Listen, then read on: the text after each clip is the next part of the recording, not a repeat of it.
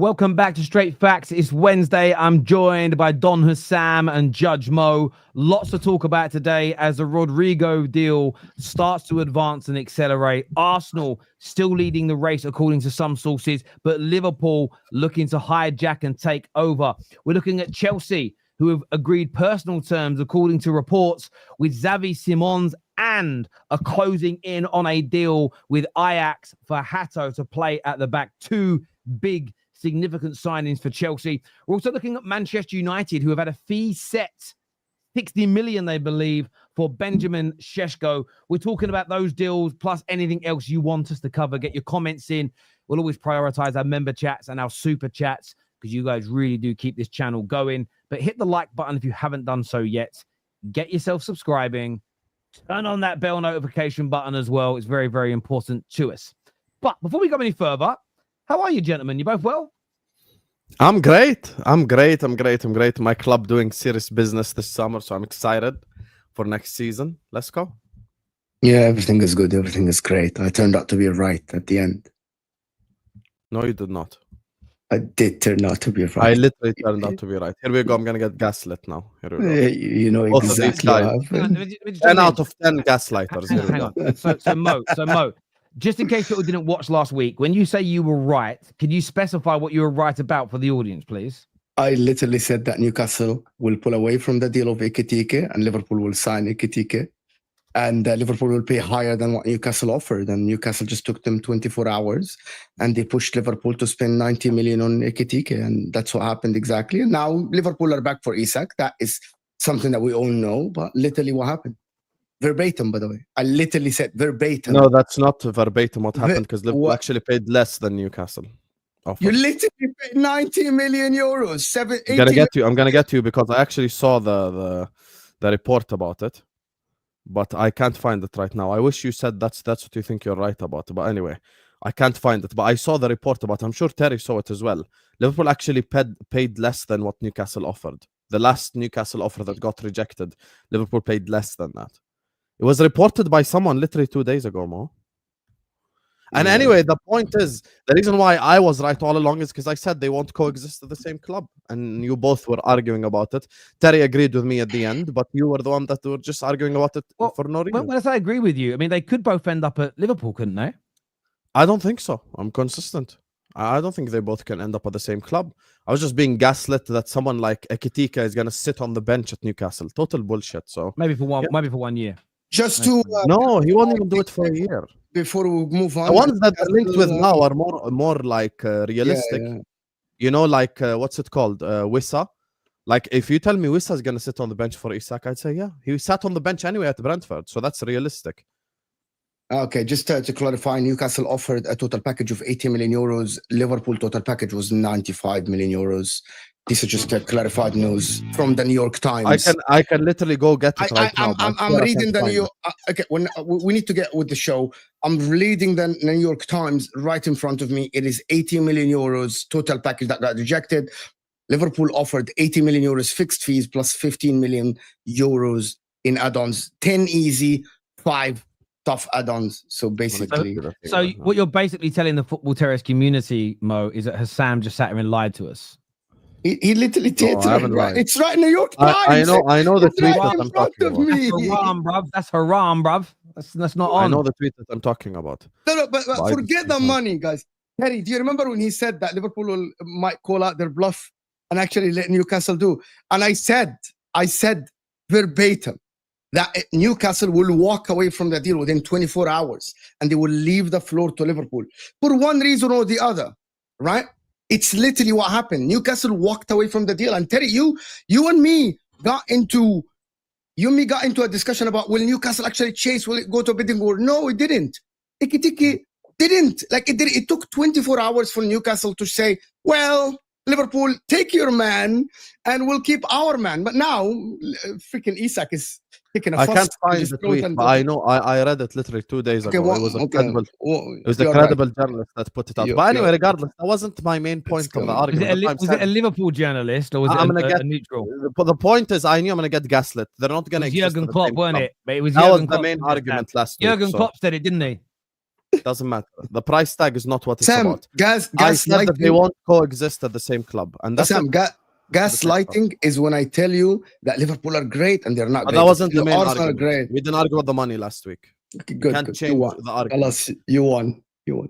Husam, what do you want me to say? Husam, Yeah, but I you're literally said what happened. too Yeah, egotistical to Husam. admit when you're wrong. Yeah, Husam, when You're too yeah, Husam, egotistical to admit that you're wrong. I've sorry. admitted that I'm wrong بس before. on اعمل ايه straight طيب يا facts. حسام؟ اعمل ايه يا I حسام؟ literally admitted when I'm wrong after the Arsenal Madrid game. I admitted I was wrong about so many different things. I admitted I was wrong about Chelsea and Maresca. Terry will tell you this. Like, I've admitted I'm wrong about so many things, but your pride and ego won't allow But you you to say haven't even I said was wrong anything. about it. You haven't said Are what was I Ekitike and wrong Isak about. the same club? No. End of discussion. I'm right. Okay, good. Move on. Yes, thank you. خلاص, I don't know what to say.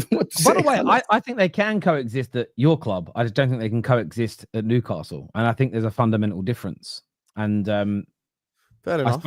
I was talking to Cal about this earlier on today. And the player's name who stands out in my mind as the case in point is Ole Gunnar Solskjaer. And I say that because being the second choice at Liverpool, who are challenging for titles, that genuinely can win the Champions League every year, in a club, by the way, that's going to aim to play 60 games a season, where you're going to start a lot, you're always coming on from the bench, you're going to start quite a few games as well, like I mentioned. I think it's more attractive than being on the bench at Newcastle. Being on the bench to begin with at Liverpool and doing that for a few years, I don't think, until maybe, let's say in 3 years' time, Isak's still the number one guy, no waning in his powers, and Ekitike is also amazing. There might be a point where you have to sell him at that stage for big money. But I think it lasts maximum 1 year at a club like Newcastle. I think at a club like Liverpool, you could get 3 years or so out of it, depending on the amount of game time he gets, because you're just that much bigger, you're that much more attractive. The view and the feeling is very, very different. So I get what you said about Newcastle fans won't like hearing that, but it's the truth. For me, I can't in all good conscience compare Newcastle and Liverpool and say it's the same situation, the same thing. Ekitike won't be a bench player, so yeah. Yeah, but there is a world where in Isak, there's a world, literally, I kept reading articles and articles yesterday. The Isak literally is asking for 300k. Newcastle offered him 150k. The problem with this case is that the only club that has a spot for him are Liverpool. Arsenal signed Gyokeres. Bayern Munich have Harry Kane. Real Madrid have Mbappe and Vinny. Barcelona don't have the money to spend. He's not going Man United. He's not going City because they have Haaland. There's only one club that is willing to offer him the money, which is Liverpool. Now people want to talk about, Liverpool spend a lot of money. Well, Liverpool haven't spent any money last season. By the way, I didn't make it up. I just checked the source. Here it is. TalkSport is the source of the stuff that I said. Exclusive. Liverpool. I know. I saw what happened. But anyway, Liverpool's accepted guaranteed offer for Hugo Ekitike is less than Newcastle's rejected one. That's the headline. So I don't mix up. Big up to Jerry. Can we go back to the point that we were talking about the transfers? Yeah, or we're just gonna خلاص يا حسام خلاص. Like seriously, it's beyond that. I just shared that Magnum. I just shared it. I don't lie. Let's have a new argument. This is the thing about Liverpool and Isak. Him being injured yesterday, the Newcastle journalist said, he's injured. He didn't travel with Newcastle. Yet we see him jogging. Okay, what is that? Like when you get injured in your thigh, you don't keep jogging in the park. One of the other things that Liverpool journalists are saying that Liverpool is still working in the background about Isak. And it makes sense for Liverpool to actually sign Isak and Ekitike for a couple of reasons. If Darwin Núñez leaves, yes, Liverpool might sign a less backup for Ekitike, but also at the same time, Liverpool are looking into the future beyond Mohamed Salah. And what's best than actually getting Isak, Mohamed Salah, Ekitike, and you get Malik Fofana, you try to get Rodrygo. They're building a formidable team. The problem with people, and now people would say I'm gaslighting Liverpool. Why was it okay for Man United to have a Galacticos when they were on top of their game, and Man City to have Julian Alvarez, to have Erling Haaland, to have all these people play at their club? But it's not okay for a club with the size of Liverpool, who are factually bigger than Man City. So now Liverpool have recorded a record revenue, which is Liverpool have never exceeded Man United in revenues. Now they have exceeded Man United in revenues. This is they have exceeded difference in history, 150 million. They have exceeded Man City. So I am sitting here and I'm believing maybe Richard Hughes is working and Michael Edwards are working on something in the background that we don't know here's about. the thing about this Isak. I think you guys believe it slightly more than I do.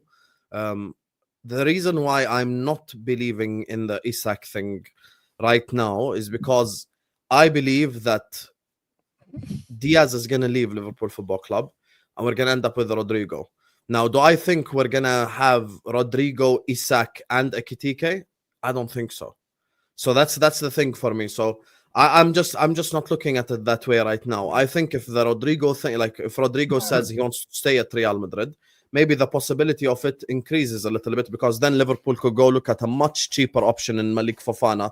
And Lyon are in massive financial problems anyway, so 20-30 million should get it done for Malik Fofana. And then you have Cody Gakpo as your starting left winger. And listen, a front four of Wirtz, Gakpo, Isak, and Salah, I take my chances against anyone. Like I'm good in terms of like take my chances. But I don't know. Right now, as things stand, we're just waiting on this Rodrygo situation. Does he want to remain at Real Madrid? Does he want to leave Real Madrid? Where is he going to end up? And I genuinely believe like this Rodrygo situation is going to cause a domino effect for the rest of the league, because like we don't know what's going on. And there's another thing as well people aren't considering. If Liverpool delay like the whole Diaz to Bayern thing, Bayern Munich themselves could actually go in for Rodrygo. So that opens up another door in terms of like where Rodrygo could end up. So for me, I'm just waiting on it right now, waiting how this Rodrygo thing pans out, and dependent on the Rodrygo situation, we'll see what happens. But look, the possibility of Isak to Liverpool, in my opinion, went a bit lower now that we've signed Ekitike. I'll be honest. I think it's more realistic for Liverpool to go get like a backup striker who's more in the range of a backup striker player. You know, maybe someone for 20-30 million, someone like Mateta. The problem is with this, Terry, is that what if Liverpool don't sign? What if Liverpool don't accept Bayern Munich's offer for Luis Diaz? Okay, now you're saying a different thing. If Diaz and Gakpo remain, then the possibility of us signing Isak is higher. And the thing about it is that when I speak, like me and you have spoken yesterday on the show on my channel about why aren't some Arsenal fans excited about Gyokeres, because Liverpool are doing madness basically in this market, and a lot of Arsenal fans don't believe that their team will win the league. But we haven't spoken about the other possibility. Even if Arsenal don't sign Eze and Liverpool don't sign Isak and Rodrygo, now Liverpool end up with Ekitike, a backup striker, Diaz, Malik Fofana, and Gakpo. Is that good enough? And Salah, of course. Is that good enough? Is that competitive enough? The front six? Name the front six again. Salah, Fofana, Ekitike, and a backup striker. I don't know who's the backup striker, because let's say Mateta, whoever. But the problem is, I don't think that Mateta will join Liverpool to be a backup for Ekitike. Like Mateta has. I disagree with you, because I think there's levels to this. Mateta at 28 years old would love to join Liverpool to be a backup in terms of like get minutes in the Champions League, Premier League football. He could leave this season as a Premier League and a Champions League winner. Yeah. Probably you're right. But the thing about it, if Crystal Palace lose all this, maybe let's say Mateta. The thing is, there's so many domino effects in what you said. If Diaz stays, it's a different domino effect. Diaz leaves, now you have to replace Luis Diaz. The club have shown a long time. What if like now the reports are saying this morning that Liverpool might not let Diaz go for 80 million euros, and they might actually keep Diaz at the club and target Malik Fofana as a replacement for Chiesa and go for a backup striker. Now, is that front line stronger than the likes of City and the likes of Arsenal? Because people assume that Salah will still get. For me and you, Husam, knows that having a 45 plus GA is probably once in a life. Happening again. Yeah, I agree. Yeah, that's once. If it happens, that means Salah is one of the best players to ever play in the Premier League, if not the best, right? Normally, I actually went through Salah's numbers. Salah normally gets between 30 and 35 GA in his best season, and he gets 29, 28. So if Salah gets that GA, how much is Ekitike gonna get? Is that front line good enough for Liverpool to be head and shoulders as they want? I think that Liverpool targeting the likes of Isak, you want to be head and shoulders above the rest. Yes, above Arsenal. Here's my thing. That we won a league title with Darwin Núñez scoring 5 goals. Yeah, but Salah had 47. Yes. If Ekitike scores 15 Premier League goals, That's triple what my striker got. And I'm not even putting high expectations on him. 15 goals. If he just scores 15 Premier League goals, so in the Bundesliga, he scored 15. If he comes to the Premier League and scores just 15 goals, that's already triple what my striker got. So that increases the overall goal count. Now, with Mo, I agree of his point on Salah. Salah last season had 29 goals and 18 assists. This season, it's going to reduce. But because of the respect we have for him, we're not going to go OTT and say he's going to go from 29 to 15. He's going to go from like 29 goals to like 21, 22 goals, from 18 assists maybe to 13, 14 assists. So that I agree with. I think his numbers will reduce. But then you have the numbers increasing from other places on the pitch. And we must not forget, there's something that cannot just be in the back mirror. Liverpool signed Florian Wirtz. So that alone is almost 20 GA plus, as we agreed on, from midfield. So overall, your team has more weapons to hurt the opposition. On that, I agree with a lot of what you've said there. I wanted to just take a little bit of a step back to what you said about 10 minutes ago, Mo, about Alexander Isak. I think there's another factor in this that's not come out yet. If he's asking for 300k a week and they're not going to pay it, they've got to sell him. This, because they could end up in this exactly the same situation that Liverpool found themselves in with Trent Konate. Sorry, I just an update come on my screen with Trent and Konate, and they don't want to be there. Now they may be able to whittle him down to a slightly less. They might be able to increase their amounts, but they need to weigh this up, and they need to very quickly, Newcastle, work out whether or not they can come to an agreement, whether it's plausible. I don't buy the fact that he's injured. I don't buy the fact that they were. I don't think he's injured either, to be fair. Yeah, I don't believe they were protecting him from the media at the preseason game. What media? Nobody knew you. No disrespect. No one outside of Celtic or Newcastle fans knew you were fucking playing. The world's it's different. It's true. No one knew, and no one. This is how you know no one knew. That's why nobody reacted to them losing 4-0, because no one knew they were even playing. Like. You boys are in all of our group chats. When any one of Man United, Liverpool, Chelsea, Arsenal are playing pre-season games, everyone's in the group chat talking about it. When Newcastle even play Premier League games, how often are people talking about it? So the idea that you're protecting him, it's all bullshit. The player is up for leaving. There's a massive possibility that it goes through. And I still think Liverpool have got a chance of it happening, personally. He may stay. They may come to an agreement that is also plausible. I think both things can happen. But the bit I'm just weirded out by is, I mean, Eddie Howe for about the fourth time in a few months. I can't say whether he'll be here or not. I might get egg on my face. Well, if the manager doesn't know, that means nobody fucking knows. Do you know what I'm saying? Like, it weirds me out a little bit, that conversation, if I'm being honest. I really do think. Also, the money, Terry, is astronomical. Liverpool are offering them a package of 135 million pounds plus. That is like this is astronomical money. Yeah, they should be accepting it. But I tell you what you should do if you really want to wind up Newcastle. Just go and bid £30 million for Wissa as your backup. As a backup striker, yeah. Just for a laugh. Just for a listen. That's who I want Man United to potentially move for, and I say that because we'll get onto United a little bit more. We can transition to it now. But there's talk of the price being set at Sesko at £60 million. So. What I predicted last week is now looking like it's coming true, where Leipzig have realised, shit, we're not being able to stripe up Arsenal. Options, Liverpool gone for an option. None of the bigger clubs they were hoping would get into a bidding war for Sesko are there now. So they're talking 60 million for Sesko. There's talk of 60 million plus for Ollie Watkins. There's talk of whether he would even join us isn't even on the cards yet. But there's talk of 50, 60 millions for Matetas. But then you've got Wissa, they're saying it's available at 30 million. He's only got a year left on his deal.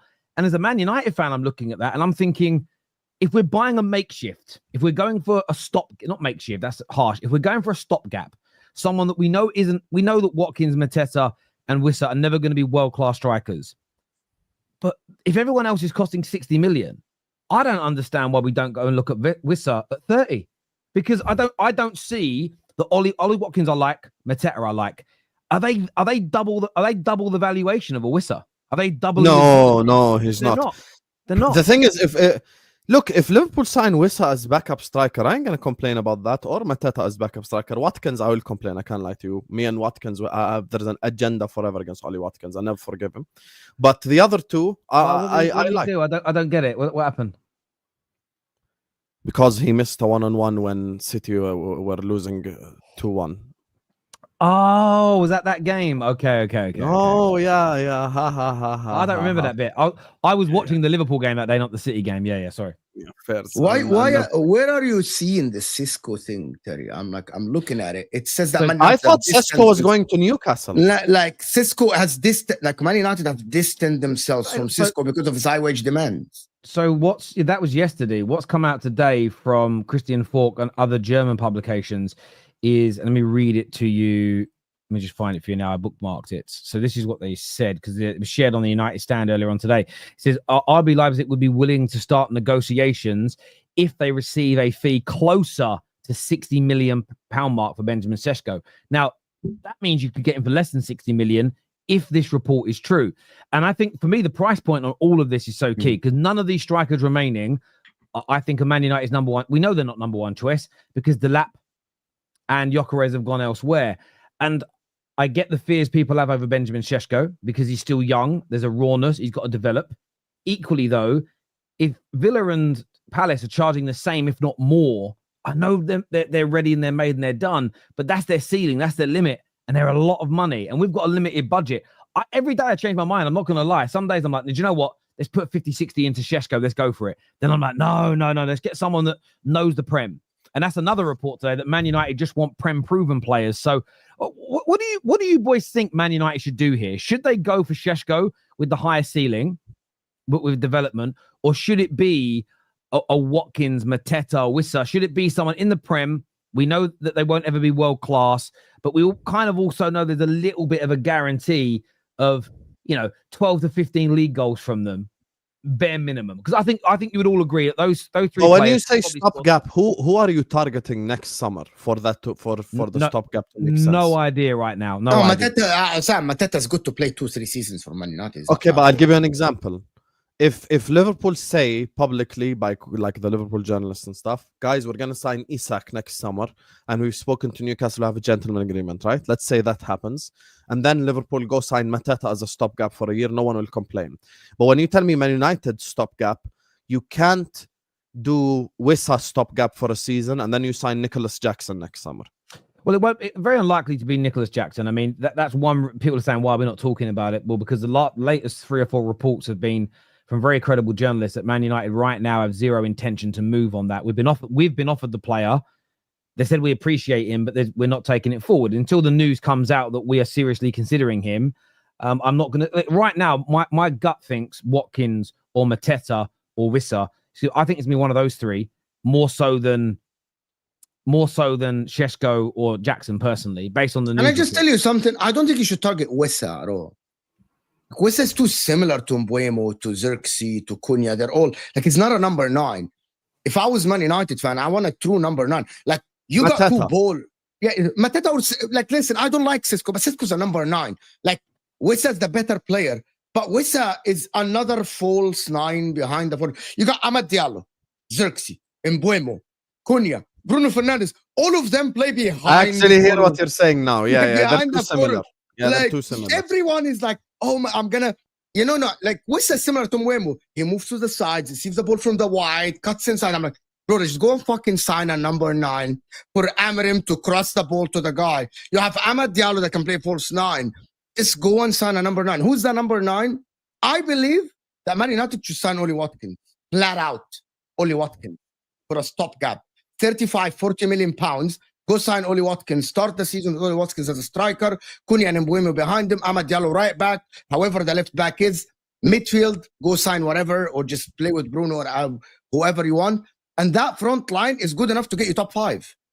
That front line is good enough to get you top 5. Basically with Oli Watkins. For one season, get into the Champions League. Oli Watkins will be 30. Now, you go for the future striker or whatever you want next season, But don't go for the potential, because if Sesko comes into the I Premier actually disagree, Mo. I think United need to sign Sesko. I'll tell you why. I think Sesko's shit. But Sesko could... hear me out. Yeah, he starts. That's why he's a brilliant YouTuber. Guys, you know what I mean? Yeah. Like, he starts his monologue, but actually okay, maybe I misworded that, okay? The reason why I say that is Sesko wouldn't have taken Arsenal over the line, okay? But can Sesko score like 14 Premier League goals? He probably can. You know what I'm saying? Not at Man United, probably. No, I think he can, playing one game a week. Oli Watkins is more likely to score 15 goals. Oli Watkins would definitely score 14 goals, but then he'll miss 15 clear-cut chances. Yeah, but you get the point. Man, Sesko misses goals. Yeah, of course. Listen, I don't know, man. Like, the thing is, like, the thing that's not making sense to me, and even someone in the chat was like, okay, stopgap for who? Like, if there is a crystal clear target for next summer, I understand the stopgap methodology, but you cannot stopgap to an unknown destination. That's my thing. They keep getting rejected. That's the problem. Muhammad, they can't have a gentleman's agreement with anyone if they keep getting rejected by players. I get where you're coming from. I get where you're coming from, Husam. Or maybe like a new striker will arise. If we go for Sesko, Shesko's got to be the man that we are targeting to develop and turn into our main number 9 for the next 5, 6, 7 years. And that has to be the plan of action with him. And Staffy said in the group chat earlier, I haven't read the rest of the thread between him and Double A, because they were kind of debating this, but I did agree with him. The last time we really bought a striker that was meant to be the guy we developed into our main man was Anthony Martial.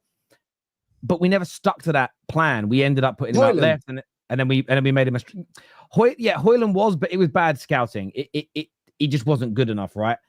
I look at Sesko and I think to myself, if you bring him in, there's got to be a plan of action, and that's what scares me, though, is that we end up going down the Rasmus route and he isn't ready and it burns him and it falls apart. That's my fear with Sesko, because I think Shesko's ceiling is higher than the other guys.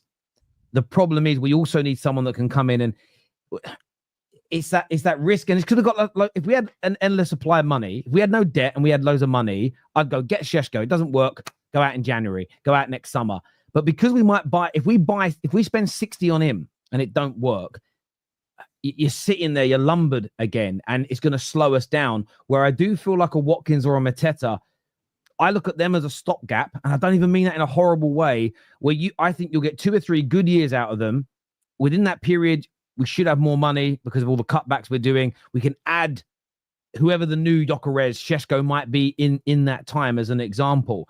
And I'm honestly, every day my mind changes, and people can call me out for sitting on the fence if they want. It's not about my opinions on the players. It's looking at the precarious and very difficult situation we're in financially. They say that a good, well-run club gets 50% of its transfers right. We've got to be 80%, 90% for 2 or 3 years. We have to, because we've got no money for those mistakes. So the pressure just feels so high, which is why if we come out of this with Ineos and co actually getting a higher level of successful signings, there'll be massive praise for them, because if the best clubs only manage 50% and we have to have a much higher tolerance level because of our financial situation, there's a lot of pressure there. My mind changes, but the one thing I'm still a hard no on is Nico Jackson. I lose all faith in Ineos if we sign Nico Jackson. Fuck it, done. But I'm going to tell you one thing. Man United, in my opinion, how toxic the fan base has against become. Nicholas Jackson. Well, can I just tell you one thing quickly? Strange. At the start, guys. At the start of last season, game week like 12, people were comparing Jackson to Haaland. Remember when he scored that goal away at Anfield? Not me. Yeah, I know. I'm saying like best striker on form in the league. Remember the goal that he scored away at Anfield and stuff? I really don't think Nicholas Jackson is that bad. Like, did you see him strike a ball? Yes, but I don't think he's bad. I think Nicholas Jackson at Man United play 38 games. He scores 14, 15 goals. But I think that Man United don't have the time, in my opinion. The fan base is so toxic now. Just look at how Terry and Staffy argue with each other in the group. You want to know why it's toxic? Right? I'm being serious. It's so toxic. You don't know why? What I mean by toxic is everyone is agitated, bro. Everyone at Man United is agitated. Yeah, okay. Number 21 is coming. That's why they're toxic, mate. To be honest with you, I don't think Man United fans care about that now, bro. They are 15. That's why they're toxic. Yeah, how many they are 15s now? Can you be serious a little bit? because I'm gonna about to say serious things. I love the fact Terry never cries about this banner, even though Ferguson won 13 league titles, while Igal cries about the Arteta wedding banner, bro. Like, you cannot try this up. Arteta won fuck all at Arsenal other than FA Cup, and Igal spent a week crying about the Anfield banner. But like, I put it up, and Terry doesn't like cry about it or nothing. He understands. You wanna know why I don't cry about it though, right? It's one of these things, right? Say you're with a woman, the woman you love more than anyone, your wife, etc. Somebody says something that's horrible about her that isn't true. A real man who knows his partner will show no emotional reaction to that because you know it isn't true. You two are so strong. You just say, see you later and move on. When you're insecure, when you're worried those things might be true, you react. It's like this. Like someone put a really weird super chat in earlier today that was basically asking me to come to, this man wanted me to come to Chicago because he said he likes my bum, right? Now, that's not my way. That's not my preference in life. But I'm very secure in my sexuality where I can just laugh at it. When someone goes crazy and goes mad, I always think, oh, what are you hiding, my friend? What are you so stressed about there? You know, like my thumbnail the other day, some guy in my comment section was like, your mouth's wide open. What do you want someone to put in there? Basically a willy. And I'm like, imagine seeing my mouth open and your first thing you think of as a man is a penis going inside of it. Who's got the problem? Me in the thumbnail or the person that thought about that? I don't know. I'm just saying. The way you react to things says a lot. And yeah. The question, where has this man seen your bum, is the question that I'm asking. Yeah, where has he even seen it? Where has this man? You're like where has this man seen your bum? Right. I've never seen him stream backwards. Like, you're stream with your back to the camera. But it's true. But it's just one of them things. I'm like, someone's reaction to something. If someone like messages you, like I've seen it with fighters where someone goes, your wife was in my DMs. When the fighter gets really angry, I'm like, well, that means she's DM'd someone before and he's angry. A man who knows and loves and trusts his wife will just go, no, she didn't, and just move on. Like Poirier and McGregor. Yeah, like Poirier knows it wasn't true. There was no truth to where when it was Jake Paul and Tommy Fury's missus actually was years ago DMing Jake Paul. So it was real, right? The reaction always tells you something. Do you know what I'm saying? So there's a lot in that. There's a lot in it. But yeah, how did we get talking about my bum? What came up? Something else. Anyway, but yes. Yeah. Man United on Jackson. Honestly, one of the biggest reasons I don't want him is I don't want to give Chelsea any money. Like, I don't care if it's I don't want to give Chelsea money. Your beloved club Arsenal do that all the time. Yeah, well, I criticize that and all. My second team, I don't like it. Stop funding Chelsea. Let's do some super chats here. This one here says that was Don Skeeto, I think. Some Chelsea fans were calling Jackson the next Drogba. See, Don, I love Don to bits, right? But Don, this is what I've learned about Don, and it's going to hinder him moving forward when it comes to player debates. Is he, and rightfully so, he calls out top reds in the Man United fan base and top reds in the Arsenal fan base when they say things that are supportive. But he's literally a top blue because this man has found a way to defend every element of Chelsea whilst they're Chelsea players, whilst they're at his club. As soon as they move on, he doesn't necessarily turn on them, but then he lets it go, which is fine. That's how some fans are. But it does diminish his credibility in the debate moving forward, because does he actually mean this about the player? Or is he just saying it because he plays for Chelsea? Or does he really mean it? You often see that when a fan, might have an Arsenal fan that will go, oh, I love Sesko, brilliant player, I'd love him. If he joins Man United, let's see if they have the same energy for how good of a player he is. And that he went from Madueke is the best one-on-one player in the league to Madueke shit real quick. Yeah, so. He went from rating Madueke massively to laughing at the fact that rivals getting him. That tells you something. One of those things can't be true. He's either upset or he didn't believe what he said in the first place. Yeah, you cannot do both. No, not. But again, unless you're just being a top blue, that's fine. You're allowed to be a top blue. But admit it, because that's what CB does, and CB is open about what he is. CB is everything Chelsea comes first, and I respect that. As a United fan, I'm happy with Højlund next. Fuck off. Sorry, I'm sorry to be rude. You can't be happy with Rasmus. It's a Liverpool fan. Can't be a United fan. No. He's Liverpool trolling fan. you, bro. He's trolling Fonzie, you. why do you like this? You just pissed him off. United should sign Prem-proven players. There's chemistry. Also, going back to the best athlete question, the best athlete for me is someone that played multiple sports at a high level. Bo Jackson, NFL, and the like Major League Baseball. The thing Total is, bullshit. Says who? You Hang need on. to play multiple sports at the same time. So your logic is Roger Federer can't be the best athlete of all time because he didn't play basketball. Bro, that's not how it works. You can be the best athlete of all time by being the greatest in your sport. my question. You could claim Messi's the greatest athlete of all time. Ronaldo, Michael Jordan, people like that. And I know Michael Jordan played baseball, but that's not why. It's because Michael Jordan was so dominant in his sport. I completely disagree with this logic, by the way. Yeah, I mean, I don't know how hard baseball is to switch from, but there's most sports you just can't switch from one to the other and be like, yo. Well, then if we're going to say that, then we have to say that the athletes at the Olympics that do 10 events, they must be 10 different sports. They must be the best. So Usain Bolt can't be the greatest because he doesn't long jump. Come on, man. Yeah. This here says Sesko over any Premier League proven striker available if the same price. Sesko is the future and he is a seasoned player. Again, 3 Champions League, €1, 20 goals per season. But if this is a Man United fan, you won't have the patience for the guy. If the guy comes in, takes like 20 games, Amrin will get sacked. If the guy comes in and he takes games, you're going to be right here on the football terrace, right, crying about, oh, sack the manager. He's not good enough. Bro, I know this. You're like, you oh are my right. God, December. There'll be a lot of tears. Oh, fuck off. As a United fan, Jackson, it's lies. Lies. You liar. You don't mean that. Don't do this. Come on. I would take Watkins if I were United. Easy choice. Again, the price point is key here for me on all these different deals. But the one thing I like about Watkins, I can't get out my head, and I stand on this, is we would have 3 of last season's top 8 goal scorers in our team next year.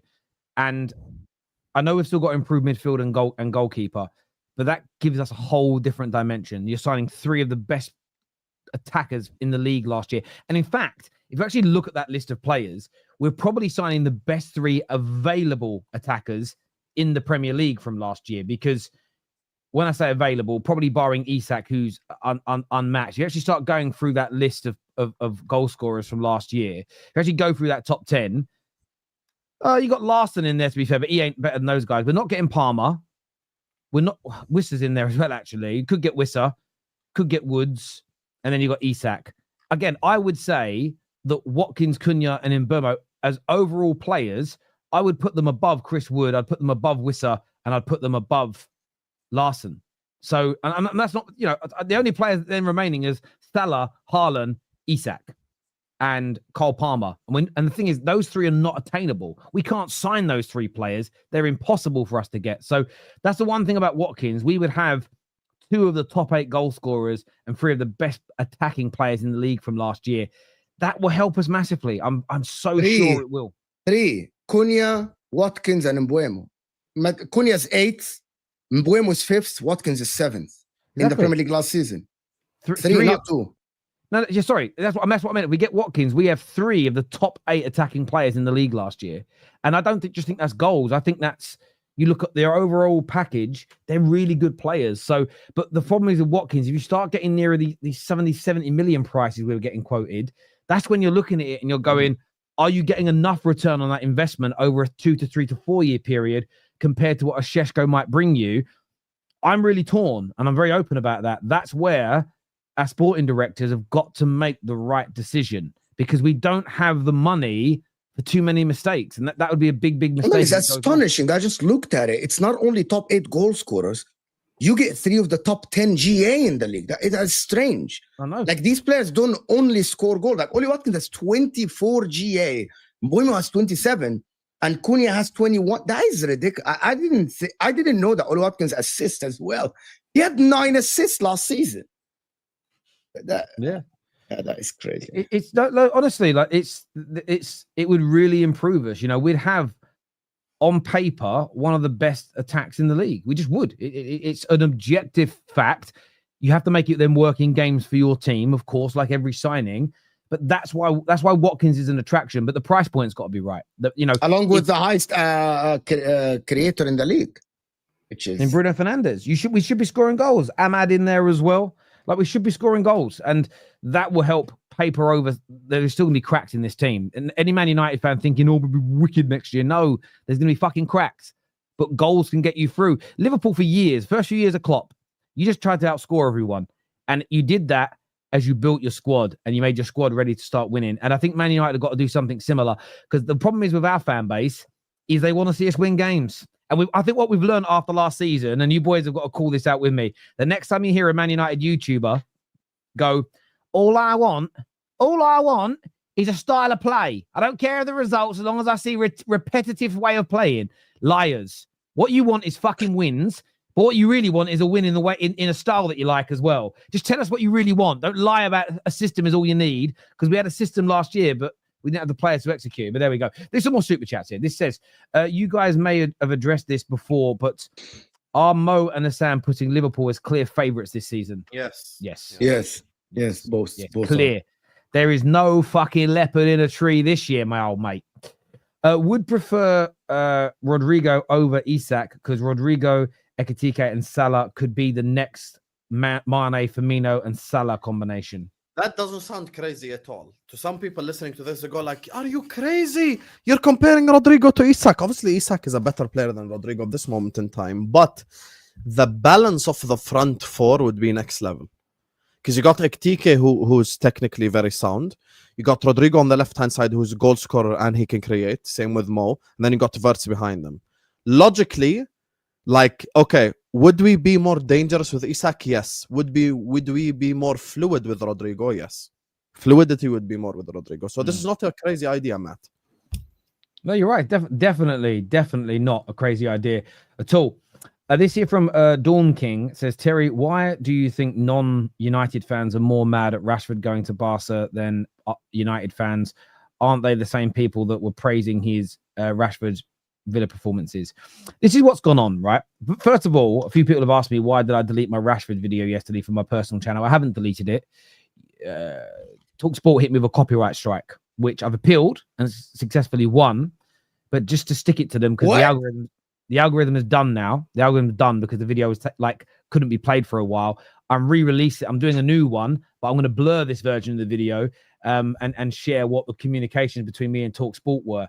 I've told them they've made it worse for themselves as well, because now more people are going to watch it because you tried to shut it down, because I called out their disgusting abuse, and I do call it abuse. There's no need to bring up Marcus Rashford's car. The car he drives is not a reason why he's had struggles. If people knew half the things that have been going on in his personal life, some of which I've discovered through this process in the last 24 hours, a lot of it to do with the government and the attacks and the things they've tried to do to him, people should find some shame. But to your question, why are people angry about the Marcus Rashford situation? I'll tell you as to why. So when he went to Villa and started doing well, what was in the mind of a lot of these non-United fans was, we can laugh at United. But they're the same people that have always said Rashford's crap. The problem is when it comes to player debates, the clubs they move on to, get sold to, clubs that want to buy them, dictate objectively whether you're right or wrong about a player's ability. Now, for instance, Husam doesn't need to like Drake. He can think Drake is whack. But if Drake keeps getting #1 albums, keeps winning Grammys, keeps selling out arena tours for 20, 30 years, objectively, Husam is wrong that he's rubbish. Subjectively, he's fine. But objectively, you can't be bad if you keep achieving that. It's, over a long period of time, it's impossible. My dad, when I was younger, said Robbie Williams wasn't very good. Right? Said Robbie Williams wasn't very good. 25 years later, he's still selling out tours, still selling albums. His music's still being played today. Me and my dad actually had this conversation. He's like, yeah, I was wrong. He goes, I still don't like his music, but I can't say... My dad's from an entertainment background, so he's like, you've got to be honest about it. So Rashford going to Barcelona upsets all the Baller FC merchants who were gutted, because the fact that one of the best teams in the world, one of the biggest teams in the world, one of the current best teams in the world, with one of the best managers they've all been praising, wants him, objectively it means they're wrong. And the problem is with a lot of people online is they just can't admit when they're wrong. They just can't hold their hands up. So they get angry and they get spiked. It's never going to work out at United, and it's okay. Sometimes it just doesn't work out for you at certain clubs, and it works out at the other clubs. There's nothing wrong with that, you know.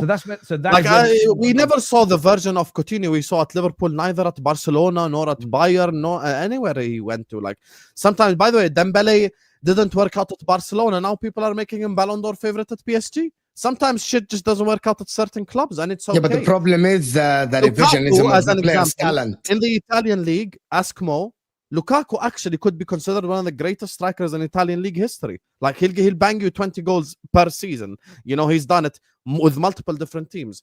In the Premier League, at Everton he was decent, but people didn't like him at Man United. So sometimes it just doesn't work out for you. Revisionism on the talent is crazy. Like people that say that Rashford is not a good player, it's just crazy. No, they're fools. And I'm not one of these. I agree with Terry's logic on one thing. I agree with Terry's logic on one thing. Look, if Rashford was trash, let's assume people are right and Rashford was trash. He could go to Spain, but not to Barcelona. He'd be wanted by like Elche, you know, Las Palmas. That's how. Because I'll give you an example. What's the name of that tall ass Sheffield striker again? The very tall guy that plays for one of the he plays for Las Palmas. He was very tall.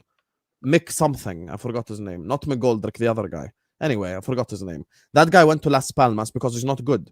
Right? He's not like McGoldrick. No, it's the other guy. Yeah, the guy that was with the fans and stuff. Yeah. McBurney. There you go. Ollie McBurney. McBurney. Yeah, McBurney. Yeah, he ended up at Las Palmas.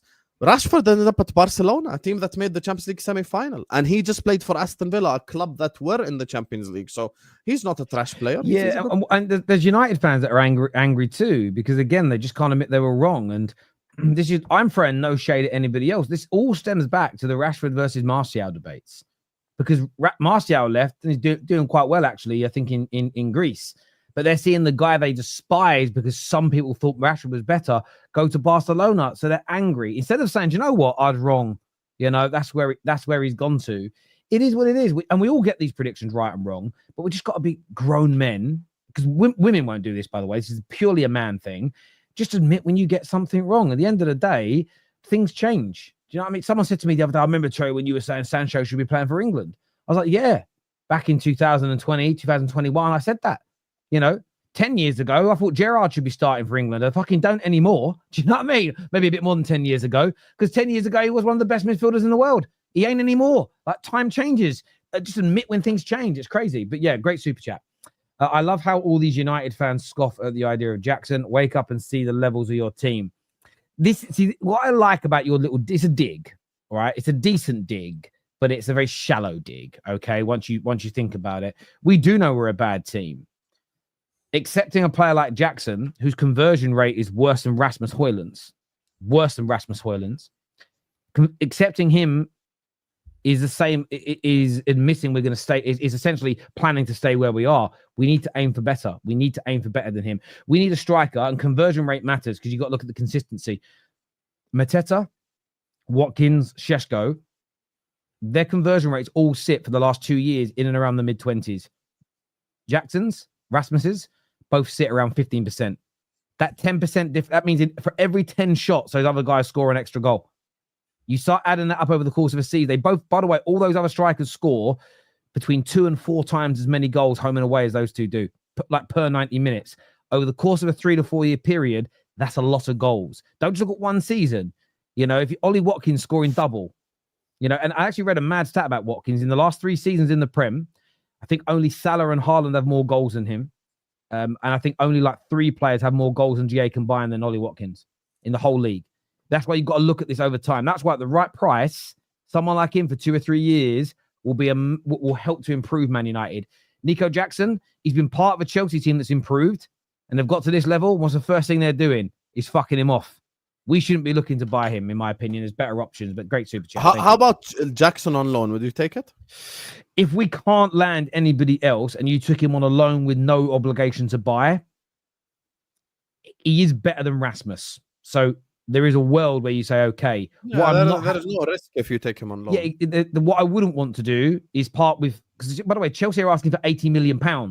I don't want to be parting with even £40 million on a player that isn't that much of an improvement on what we've got. But if we couldn't, again, if someone said Jackson or Dominic Calvert-Lewin, of course I'm going to pick Jackson because you're giving me bad options. But he's better than other players. But there's right now, I think there are 2 or 3 targets in Europe who are cheaper and better that I'd go for first. Already done that super chat here about Rodrygo. Watkins and Sesko would be ideal. Bin, Rasmus, all good. I hear you, David. as a United fan, I would love Nunes in my team. You're all fucking trolling now. You're all trolling now. Brian Mbumo specifically gives me Mane to Liverpool vibes. I hope so. I hope so. What he does like Mane, though. No, what he does like Mane, I always rated Mane. Mane could cut that ball any side of the pitch, left or right, can cut it and curl it into that far corner on a regular basis. And I think Mbumo can do that too. I think United would be a bad move for Sesko until the culture changes there. A young player development could be hindered.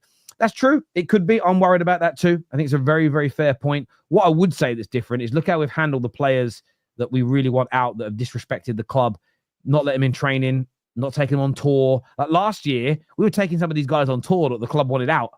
Yeah, I mean, I think that there are differences. So hopefully that's made a change. Patrick Lynch here says, I'd go for Watkins. He's had the Premier League experience and the experience of a player to handle pressure. The striker will be under right from from the start. Big up yourself there, my friend. I would take Watkins if I were United. Easy choice. This here says, if United make Champions League next year, they won't go for won't they go for Isak? Yes, they will. Yes, they will. If we made the Champions League this season, Isak would be attainable. That's a fact because we're Manchester United. Are we making the Champions League this year? I don't think so. So, yeah, two ways to answer that. To be fair to my club, but also to be honest. It really is. What are you laughing at? It's true. It's okay. Nothing. It's okay. It's true. Let's go. Isak misses a lot of games to injury. Explain why his price is that high. Isn't buying him a huge risk?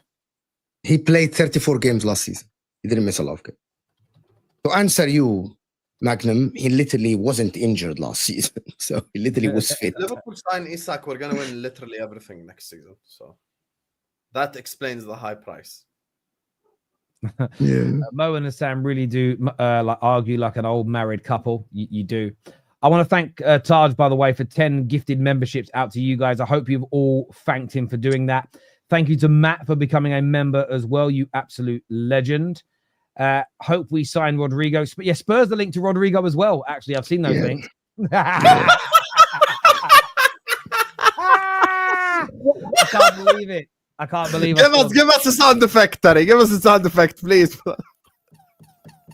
Give us a sound effect. We must have a better sound effect than that. What ones we got here? What happened to his? That's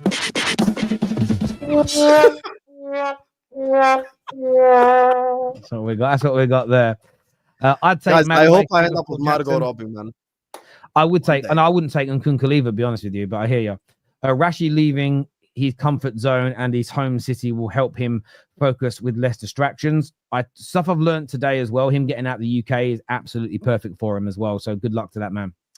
Terry, I'm a London cabbie. Big up yourself. Proper old school job that is, mate.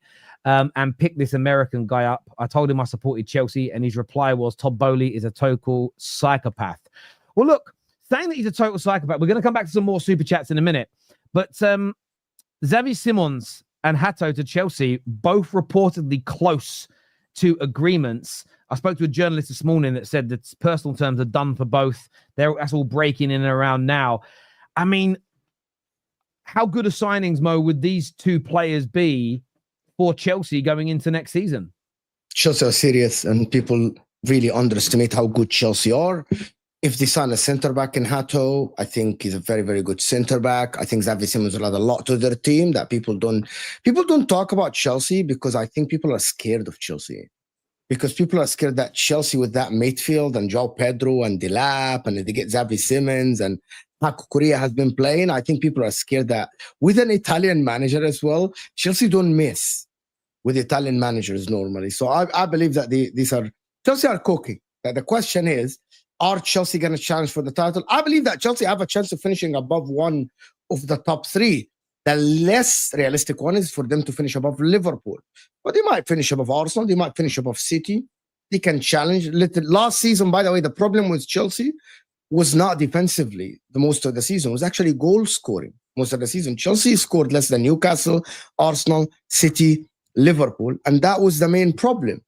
And signing Xavi Simons with João Pedro, I genuinely believe they are cooking. And I think that people need to take them seriously. Because when Chelsea are on it, they're on it. They're on it in the cup competitions. They reach finals. In the league, though, that is the question, because Chelsea haven't won the league since 2017. And Italian managers are not the greatest in the league. We all know this. But if he's given the right tools, I genuinely think that they can do something. Except I'm not Antonio saying, Conte. Respect Conte, mate. which is he's shit in the cups, you know. That's It's his very the other bad way for around. Conte. Yeah. But the problem is, I think, and I'm going to present this argument to the people and to the panel, Terry and Husam. No one picked Liverpool to win the league last season. Everyone said that it will be Arsenal and Chelsea. Circumstances, right? Like Liverpool won the league, and Liverpool won the league in February. I know that I'm not going to say that this is going to happen at Chelsea, but people need to open their mind to the possibility that things happen in football different than what you think happens. Even Husam himself, a Liverpool fan, picked Arsenal first and City second and Liverpool third. He said we're going to fall off, and they didn't. Yes, Mohamed Salah had a brilliant season, but Chelsea can have a Cole Palmer who can have another brilliant season because he had the one before. João Pedro looks like a weapon to them. Caicedo is getting better by the game. Enzo Fernandez is getting better. There is Lavia, there is Andre Santos. Cucurella is now being a third centre back is great. Levi Kulul is now finally living up to his potential when he played at Brighton. So it's not out of the realms of possibility that Chelsea steal it, especially with how things are going for the clubs. They can actually battle each other. No one is guaranteed anything in the league.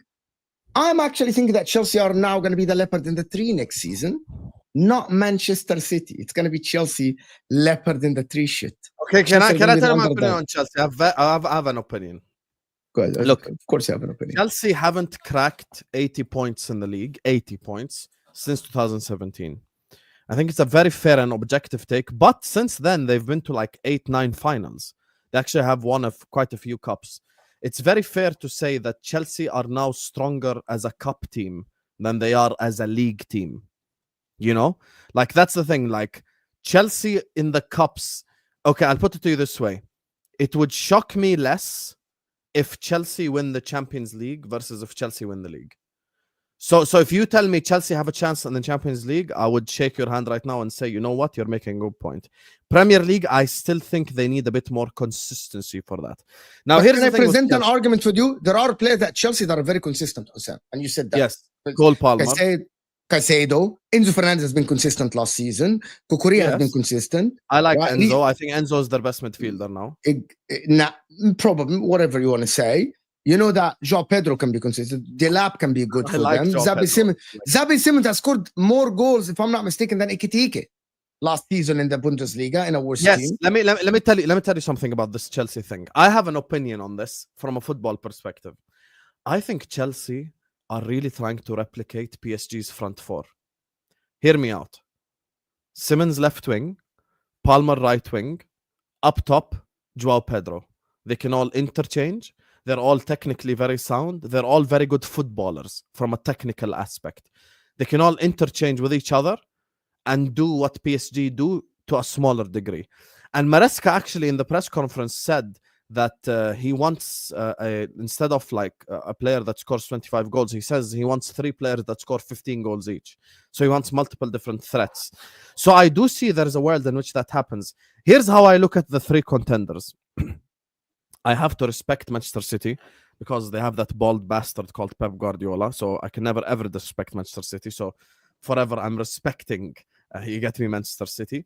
I think Arsenal with the signing of Gyokeres guaranteed 2nd place. But with Chelsea, I'm side-eyeing them. Like with Chelsea, I'm worried a little bit. Just a little bit. Because I know I'm bigger, I know I'm stronger. But they're still like a UFC fighter, you know? So when I'm driving, I'm looking at the mirror and I'm watching if Chelsea are getting too close. So Chelsea have earned my respect after beating PSG. Conference League, I don't give a shit. Me and you, Mo, we agree with this completely. Conference League, if they played B team all the way throughout, they would have won the Conference League. So forget Conference League. But the fact that they beat PSG 3-0 in a final that PSG wanted to win, because Enrique was literally choking João Pedro after the game. So don't tell me they didn't care. They cared. They wanted to win. The fact that Chelsea beat PSG 3-0 shows me that they're capable on their day of beating anyone. Now, the reason why I brought up consistency is, Mo, this is the thing with Chelsea. Chelsea is not... The problem of Chelsea is not going to City away. The problem of Chelsea is like Brentford at home, you know, like shit like this. You know what I'm saying? Like Forest at home, Forest away. Like those are the games where Chelsea will sit there. Like even Chelsea fans go like, shit, like this might be a problematic game for us. Chelsea need to drive up their consistency. The good thing for Chelsea is, look, you build up confidence and momentum. Their start to the season is very easy. So come game week 6, game week 7, if they're on 21 points with 7 wins, they will start to believe and believe and believe and believe and believe, you know, and that's the thing that will drive them forward. So I think with Chelsea, like they're a team that worry me a little bit, but I still think they need a little bit extra piece in the forward line. Because okay, one of the things I don't trust Pedro Neto. I trust Palmer. Okay, we agree on Palmer. We agree on Joao Pedro. Xavi Simons, me and you both like. I don't trust Pedro Neto. I don't trust any of their bench options. Delap I like, but trust is too far, you know? But so, you know that consistency-wise, Chelsea last season had 2 problems. Goal scoring and the midfield being open in some games to transition. Maresca fixed that second problem. Chelsea, we saw against PSG, Chelsea are not wide open.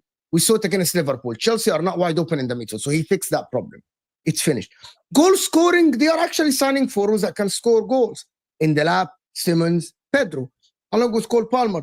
Basically, what Chelsea did in this window is that they didn't sign a forward that will be just a box striker. Chelsea signed forwards that are actually versatile. And I think that gives Enzo Maresca a lot of tools at his disposal to be consistent in the league. And I think that Chelsea will do very good in the league this season. I'm not going to say they're going to win it, but the problem now that I'm seeing in the Chelsea fan base is that they're split.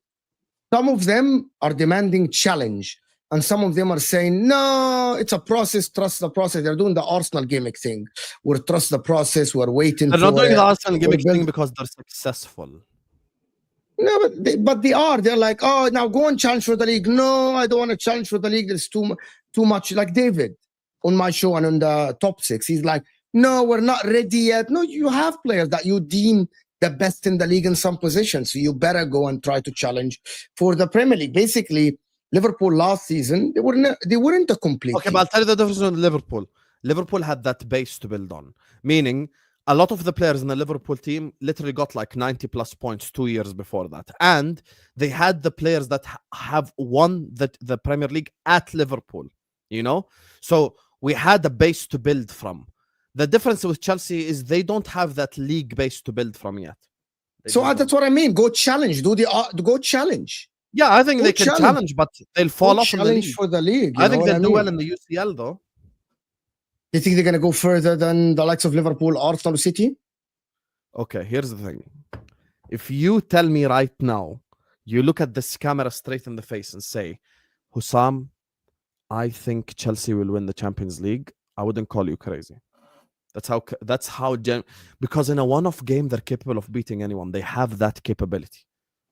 That's what I'll say. So I think in the Champions League, they can cook. Yeah, they can win any of the cup competitions already, in my opinion. Looking at these signings, I know we start this segment on it.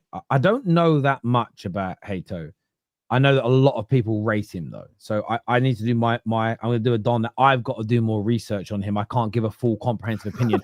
I got him on FIFA, and he's fucking fast, right? I got him on a card. I packed him, as the kids say, and he's very, very good.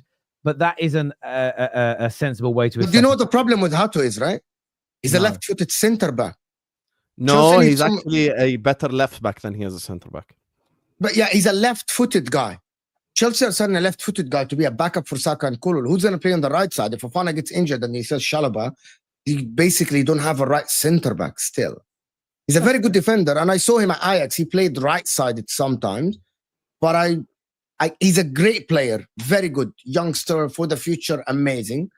But I'm not sure that still the right-sided centre back is a little bit of a problem. Yes, Chalobah has stepped up, but I'm not sure if Fofana is going to get fit. Like, this is the thing. Like, I know there is a bomba now for Hato that Chelsea made an official bid. Where is the bomba? Chelsea made an official bid for Hato. People said Hato bomba. Who dropped the bomba? Orni? Pais. It's Fabrizio Romano. Okay, basically, Pais said that Chelsea made an official bid. Hang on, sorry. When you say he's just dropped it, it's not on my feed. Where? I'll just refresh. Me neither. That's what I'm looking at. CFC Pais have said that Chelsea have made an official bid for Hato. Johan Johan Lenan. Okay. And Fabrizio responded to him. That means he's agreeing that Chelsea made a bid. Yeah, so Okay, he gave him the wing. Okay, fair. Yeah, But I like it. But what about Xavi Simons as well? Because a lot of hype, a lot of people rated him for years. He's better than all their left wingers. He is. He just is. All He's of better them. than all the left wingers. Who's a good left winger at Chelsea? Name them right now. Who? Neto. Okay.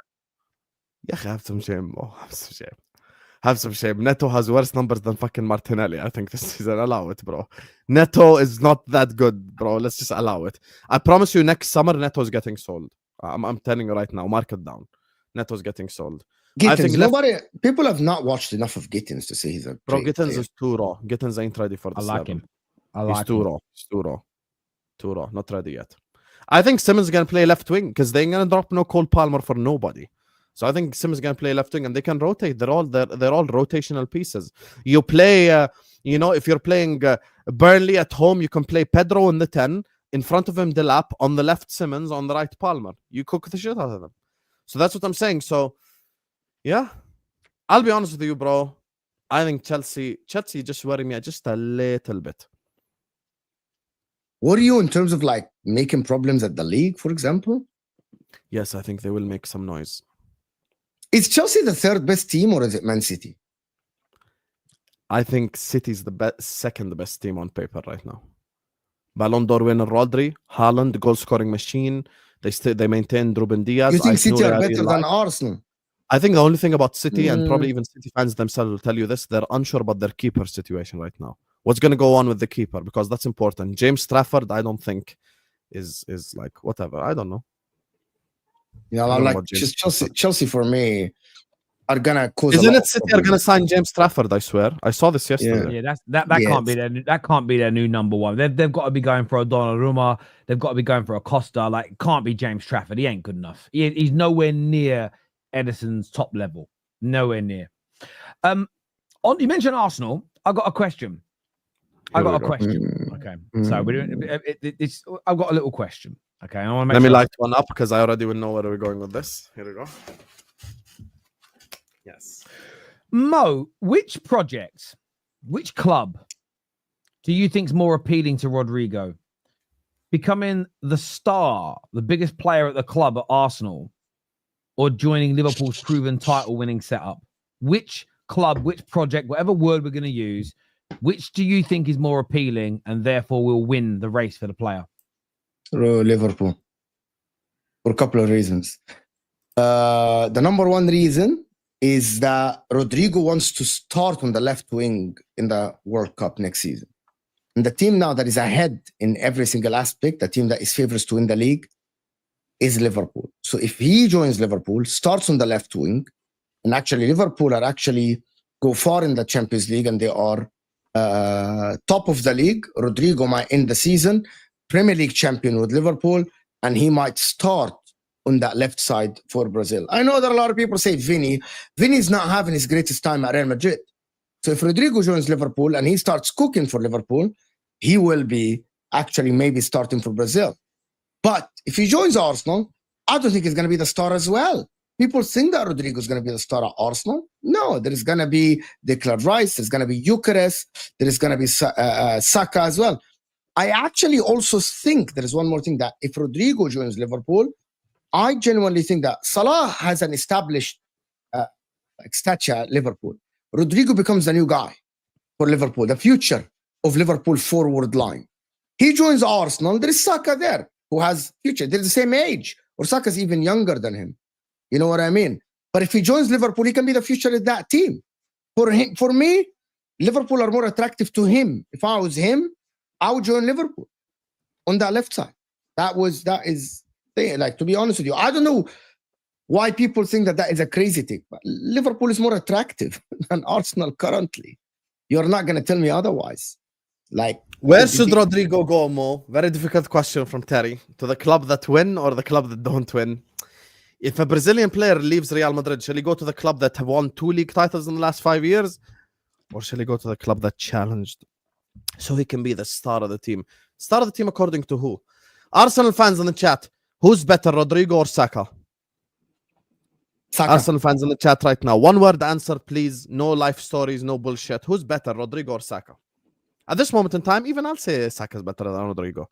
Never mind Arsenal fans. I'll say it myself. Saka's better than Rodrygo right now. So says who that Rodrygo is going to be the star at Arsenal? He's not going to be the star at Arsenal because Saka's still there. He ain't going to be the star at Liverpool either. But at Liverpool, he's going to win stuff. And at Liverpool, with the manager that we have, with the team that we have, he can score 15 goals, 16 goals, maintain, guarantee his place in the Brazilian national team as a starter. So that's the difference. And if he joins Liverpool, he can be a Premier League champion and possibly a Champions League winner at the end of the season while playing a significant role. That's it. One of the things also, Terry, is that Rodrygo can play left and right. There is a chance for him to play right side because Salah is going to AFCON for 6 weeks. That is a lot of games that Rodrygo can play left and right. So even if Brazil don't choose him on the left side, he can play on the right side. On Arsenal, there is Nwaneri, there is Madueke, there is Saka. He's not gonna be considered on the right side for Arsenal. He's gonna be a left winger and he's gonna start. There's gonna be Also, Martinelli. don't ask him to track back. Yeah, if you've Yes, your team works hard, man. no. Actually, that's not true. Liverpool wingers don't track back. You need to stop. You know, Terry, you need to stop this. The only thing that is, listen, I'm a man of a respectful conversation. I don't think Liverpool is the most attractive club in England. I think City are, because I respect who Pep Guardiola is, who Manchester City are over the last 10 years. So I'm very honest about that. But no other club other than Manchester City is more attractive than Liverpool in this moment in time. I think Terry's disagreeing with us. And if I line up 100 players, I think 65% of them would join Liverpool. 35 would join Arsenal. Your facial expression is giving. Your facial expression is giving us the answer. No. I'm referring to. My facial expression is over the fact that Slot won't make Rodrygo track back. Salah tracked back and joins in defensively. Of course, he'll make him track back and defend, because Rodrygo does that now at Real Madrid. That's all my face is about. Who plays better attacking football? Liverpool. I haven't made. That was my point. It's just throwaway comments. I haven't made a single challenge in the other direction. I'm just listening to what you're both saying. I think Liverpool are the more attractive side. I've said it on my own channel 2 or 3 times in the last month, and here on the terrace.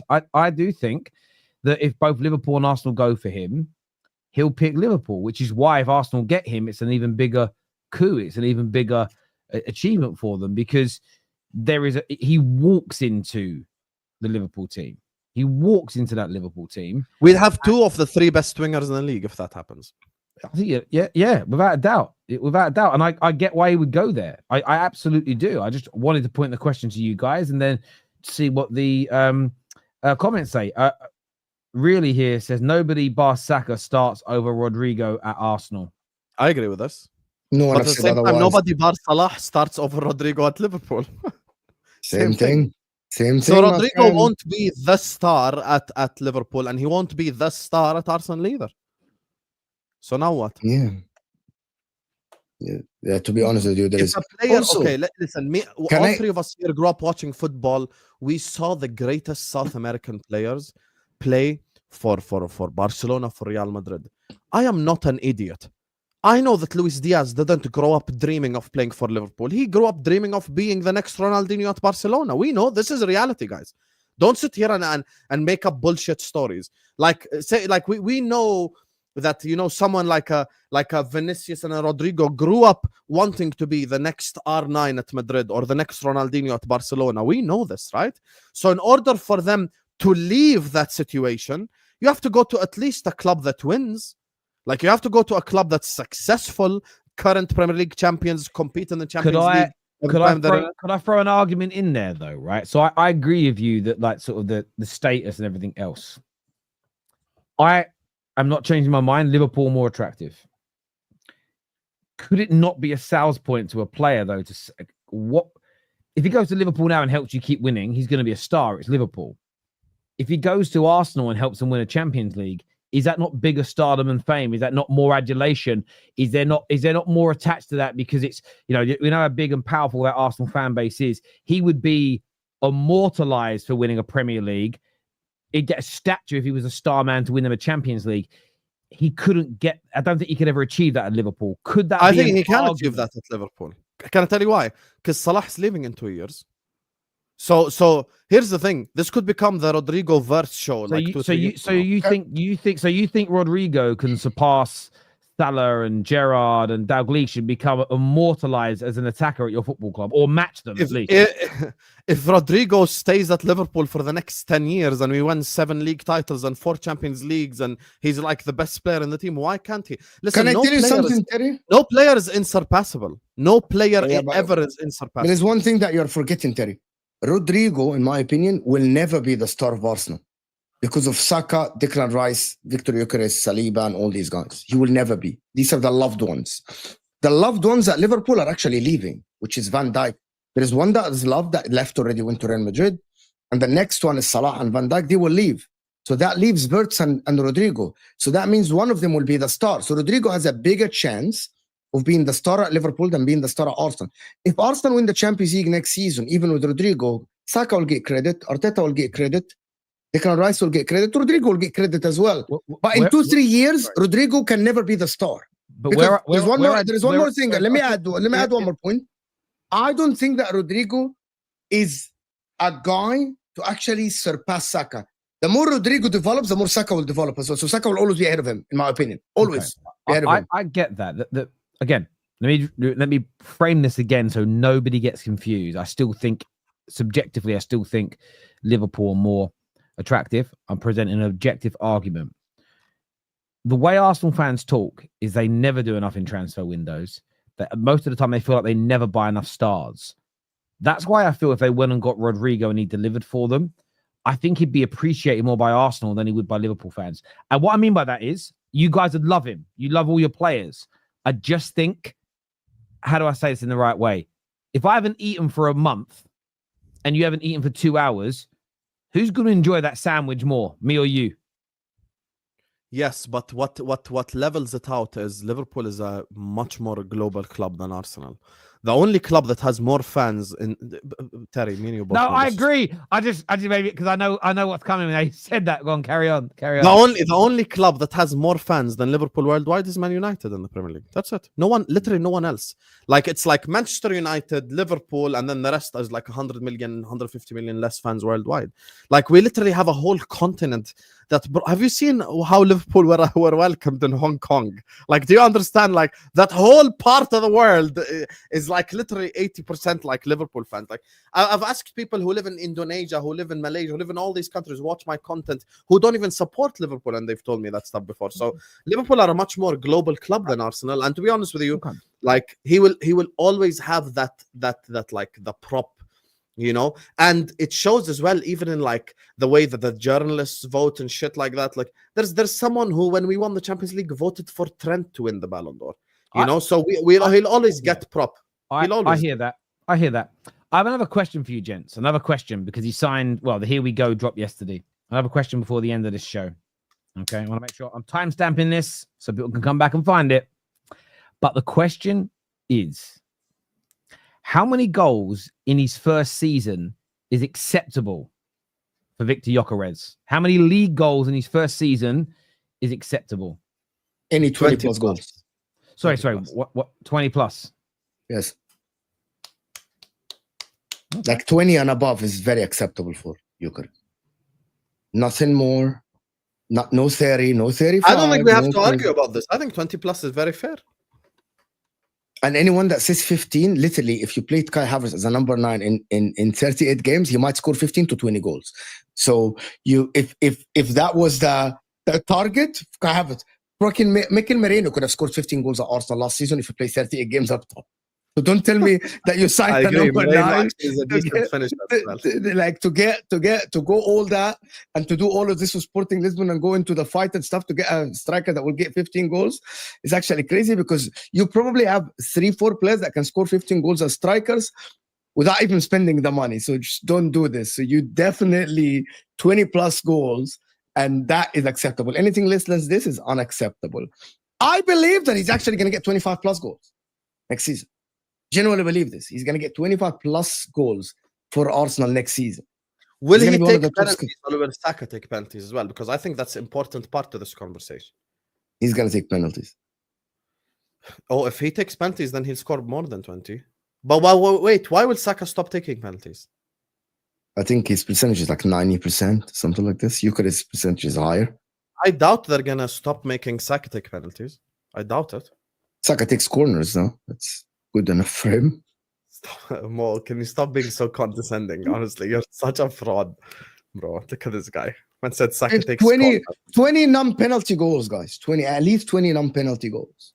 At least. Rob Lad here says, hi, gents. Who scores the most in the Premier League next season? Isak, Gyokeres, Haaland, Ekitike, or someone else? Haaland. Haaland, Gyokeres, Isak. If Isak stays at Newcastle, it's Haaland, Gyokeres, Isak, Ekitike. I go Haaland, Isak, Gyokeres, Ekitike.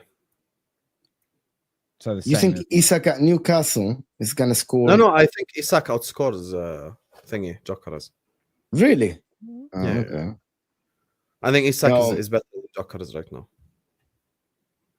Yeah, no. He's a better player than Gyokeres. He's a better forward than Gyokeres. He gets more goals. Yeah, I answered that we only disagree on 2 and 3. Moment. You want to argue everything? There we go. This here says, hello to all of you. Don't forget Salah will benefit from Ekitike and Wirtz. I doubt Liverpool will create less this season.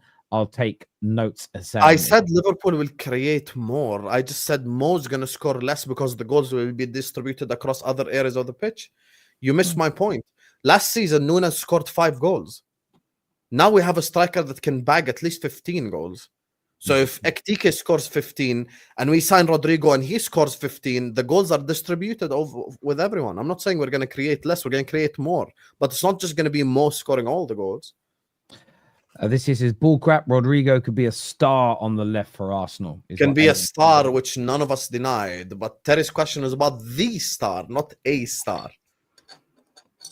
I'm Brazilian. Rodrygo is a left winger. He can play on the left. He will go, if he can play on the left, he'll go to a whole different level. Some in Brazil say he's better than Vinicius Jr.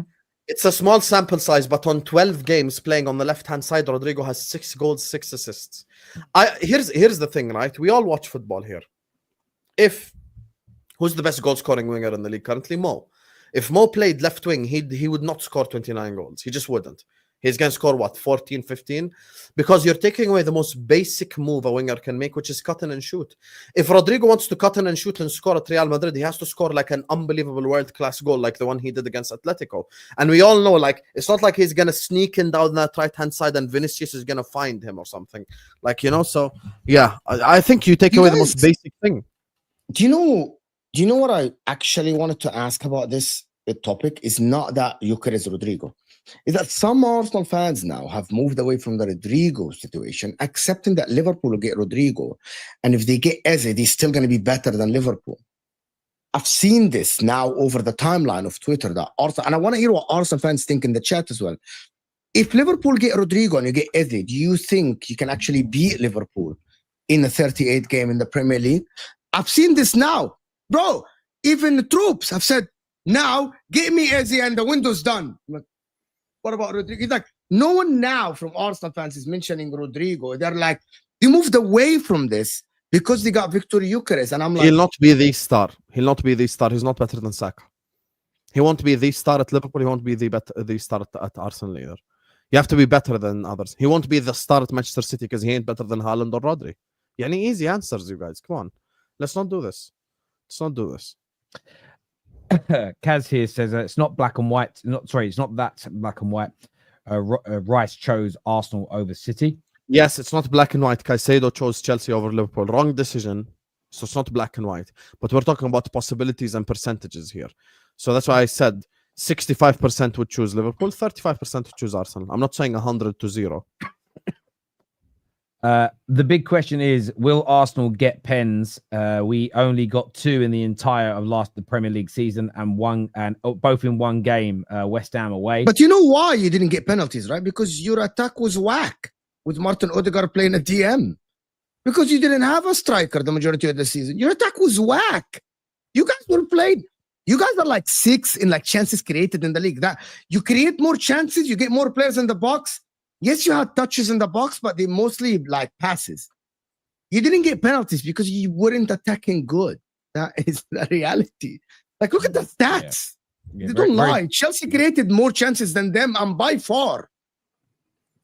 You get penalties Rodrygo, by attacking, mate. This here says Rodrygo never got over 16 GA. Is he overrated? If Bayern Munich played Robben left wing and Ribery right wing, they would get way less GA than what they got. This here says, so because Chelsea won a fluke Cup World Cup match, they are now challengers. No one talked about this a few weeks ago. Not because of this, because I think they're building momentum right now, my guy West Coast. I think they're just building momentum. And momentum can push you to a league challenge. People don't know this. If they win the first 5-6 games, bro, like they can push themselves into that position. Isak was playing 1 game a week last season and still picked up knocks. I am still skeptical about his injury record whilst playing Premier League and Champions League together.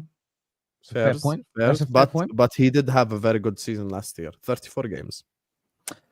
Thoughts about this forward setup and depth for Chelsea? Palmer, Neto, Esteval, left wing, Neto, Gittins, Nico who? Nico Jackson. Striker, Delap, Pedro. The other Pedro. You got to change. Oh, sorry. That is sorry. I'm being stupid. Nico. Number 10s, Simmons, Palmer, Esteval, Enzo. I don't like left wing. The rest I like.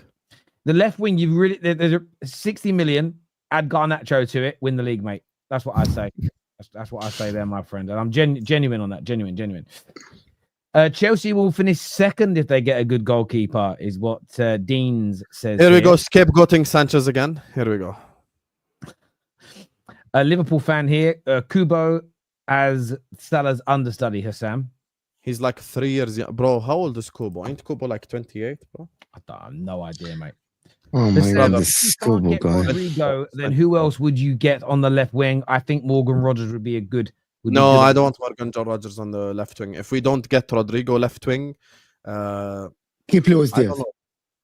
Then yeah, we have to keep Luis Diaz. And if we don't keep Luis Diaz, then... I don't know. Raz here says fail if they get no world-class left winger. Liao if no Rodrygo. That's an option. It's my damn opinion. I don't need your approval, is what AMT says here. No one is. No. Okay, AMT. Listen, you support the terrace and both our channels all the time, but I just disagree with your opinion. So, me disagreeing with your opinion is not me giving you approval or not. We can agree to disagree. This here says Arsenal's squad is better than Liverpool's. Fact. Yeah. No problem. We're the underdog. Sage here says Chelsea has the best midfield in the world.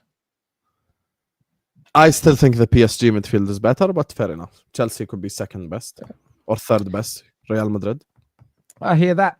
Listen, ladies and gentlemen, first of all, thank you all for tuning in and hitting the like button. Over 1,000 likes while we're live. The super chats are amazing, so thank you. Please go check out my personal channel. You can scan the QR code on the screen. Go get subscribed to that channel. Go get yourselves following. All my opinion pieces go over there. But this video is now going to redirect you to Husam's channel. So go and support my brother over there. He shows kicking off momentarily, people. But gentlemen, always a pleasure to sit and speak football with you. Unless there's breaking news, we're back tomorrow. But there really could be some breaking news tonight because it's just come out that Chelsea have officially placed a bid for Hato this afternoon. So it does appear we might get a here we go for Chelsea later on this evening, which we will be live for. If not, we're back tomorrow morning. But until next time, everybody, make sure you're looking after yourselves. Take care. Goodbye. God bless. And we're going to see you all again very, very soon.